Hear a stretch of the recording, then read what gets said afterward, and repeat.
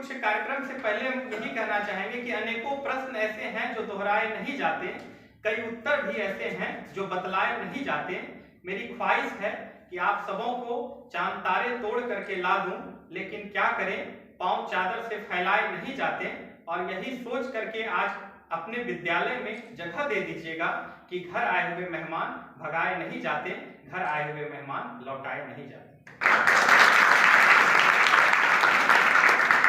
परम आदरणीय प्रधानाचार्य महोदया, सम्मानित शिक्षकगण और मेरी छोटी बहन के समान आप सब यहाँ की बच्चियाँ, आप सबों का आज के इस कार्यक्रम में स्वागत करता हूँ। मैं गौरव कुमार और हमारे साथ में जो हमारे पैनल अधिवक्ता हैं श्री राजेंद्र सिंह जी और अधिवक्ता हैं कहलगांव सिविल कोर्ट में। तो आप लोगों के बीच में संविधान सप्ताह जो मनाया गया 26 नवंबर 2022 को इसकी शुरुआत हुई थी सिविल कोर्ट कहलगांव के प्रांगण से। हमारे जो समिति के अध्यक्ष हैं माननीय जज साहब श्री अमित कुमार शर्मा सर के निर्देश पर कहलगांव में शुरुआत हुई थी। और ऐसे ये कार्यक्रम जो है पूरे भारतवर्ष में मनाया गया है, अलग अलग विभाग में। तो सिविल कोर्ट भी इस कार्यक्रम को मना रही है। जैसे पिछले वर्ष आप लोगों के यहाँ आजादी का अमृत महोत्सव मना होगा जब 75 वर्ष पूरे हुए होंगे, उसी तरीके से ये कार्यक्रम है। तो आज इसका समापन है और बहुत ही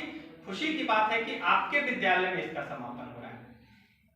तो संविधान तो सबको ही जानते हैं, संविधान हम लोग भी जानते हैं, संविधान से कानून से देश चलती है, लेकिन संविधान को समझना होगा, उसको अपने जीवन में उतारना होगा, वरना लोग तो हमारे शोषण करते रहेंगे। हर चीज में अच्छाइयाँ भी होती है, बुराइयां भी होती है, लेकिन हम कोशिश ये करेंगे कि हम अच्छाइयों को ग्रहण कर सकें।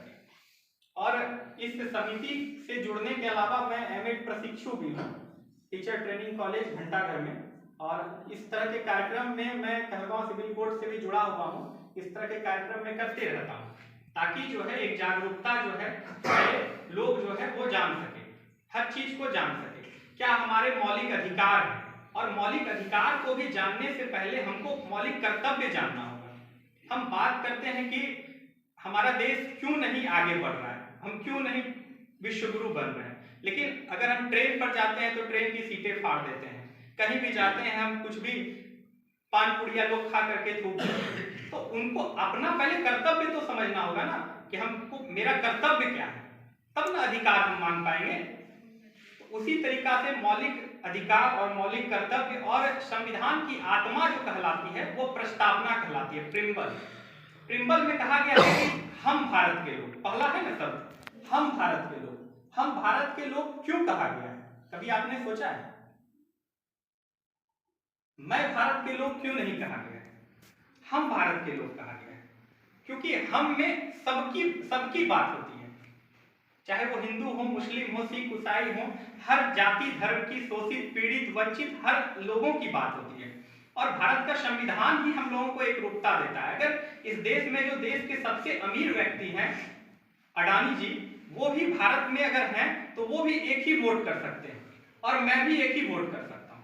भले वो मुझसे पैसे में बहुत बड़े होंगे या कुछ उनका अलग होगा, लेकिन संविधान तो हम लोगों को एक ही अधिकार दिया है ना। क्या उनका क्या दो जगह वोट कर सकते हैं? नहीं कर सकते हैं ना। तो ये संविधान हमारा जो है हमको अधिकार दिया गया है। बाकी मैं पहले भी बोला अच्छाइयाँ और बुराइयाँ बहुत जगह होती है, हर जगह होती है, लेकिन हमको क्या करना है, अच्छाइयों को ग्रहण करना है। और हम चाहेंगे कि आप लोगों में से ही कोई आए और प्रस्तावना को पढ़े, या मैं भी पढ़ सकता हूँ? नहीं, बच्चे लोग पढ़े तो आप लोगों में से आएंगे तो ज्यादा अच्छा रहेगा। ठीक है, सभी अपने स्थान पर खड़े हो जाइए और प्रस्तावना की स्थिति पता है ना, इस तरह से हम लोगों को आगे हाथ कर लेना है। थोड़ा सा गैप ले लीजिए ताकि हाँ, इस तरह से हम लोगों को आगे हाथ कर लेना है और पढ़ेंगी। भारत के संविधान की प्रस्तावना 13 दिसंबर 1946 को संविधान सभा में जवाहरलाल नेहरू द्वारा पेश किए गए उद्देश्य प्रस्ताव पर आधारित है। यह संकल्प प्रस्ताव 22 जनवरी 1947 को अपनाया गया था। प्रस्तावना या उद्देशिका को भारत के संविधान की आत्मा इसलिए भी कहा जा सकता है क्योंकि इसमें संविधान के बारे में सब कुछ बहुत संक्षेप में मौजूद है। हमें यह ध्यान में रखना चाहिए कि इसे 26 नवंबर 1949 को अपनाया गया था और इसे 26 जनवरी 1950 से लागू किया गया था, जिसे आज हम गणतंत्र दिवस के रूप में भी जानते हैं।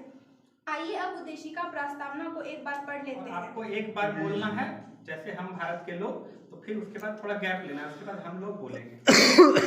हम भारत के लोग भारत को एक संपूर्ण प्रभुत्व संपन्न समाजवादी पथ निरपेक्ष लोकतांत्रिक गणराज्य बनाने के लिए तथा उसके नागरिकों को सामाजिक आर्थिक और राजनीतिक न्याय विचार अभिव्यक्ति विश्वास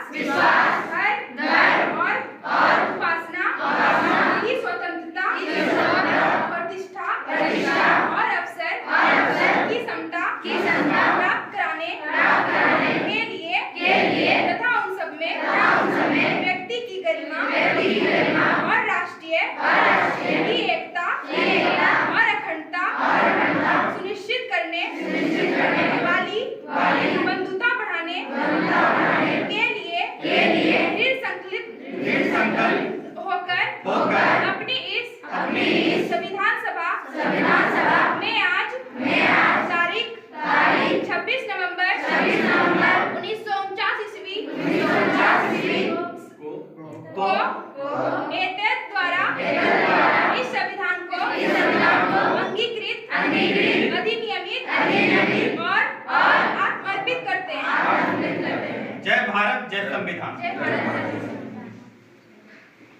और हमारे संविधान में कितने मौलिक अधिकार हैं? किन्हीं को पता है? पूरा पता है? पता है? आइए आप बैठ जाइए।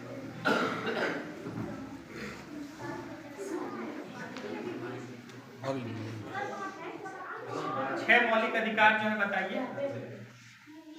समानता का अधिकार, आप लोगों को ही बोलना है। समानता का अधिकार, स्वतंत्रता का अधिकार, व्यक्ति का अधिकार, शोषण के विरुद्ध अधिकार, नागरिक स्वतंत्रता का अधिकार, सैद्धांतिक उपचारों का अधिकार, शिक्षा एवं संस्कृति का अधिकार। बैठ जाइए। बालिका विद्यालय, जो कि इंटर स्तरीय बालिका विद्यालय है, हमारे कहलगांव में संविधान सप्ताह के उपलक्ष्य में आज कार्यक्रम आयोजित किया गया और अभी हम लोग मौजूद हैं इंटर स्तरीय सरसहाय बालिका विद्यालय कहलगांव में, जहां पर प्रस्तावना, मौलिक अधिकार, मौलिक कर्तव्य के पाठ बताए गए, संविधान के बारे में बताए गए और यहाँ की बच्चियों ने बहुत ही अच्छे तरीके से पेंटिंग प्रतियोगिता में, लेखन प्रतियोगिता में और भाषण प्रतियोगिता में भाग लिया और यहाँ की बच्चियाँ जो है आगे भी हमेशा जो है बढ़ चढ़ करके हिस्सा लेती हैं और यहाँ पर प्रधानाचार्य महोदय और जितने भी शिक्षकगण हैं उनका काफ़ी सहयोग रहा। अनुमंडल विधिक सेवा समिति कहलगांव आप सबों का तहे दिल से हार्दिक स्वागत करती है। आगे के भी कार्यक्रम के लिए आपका ऐसा ही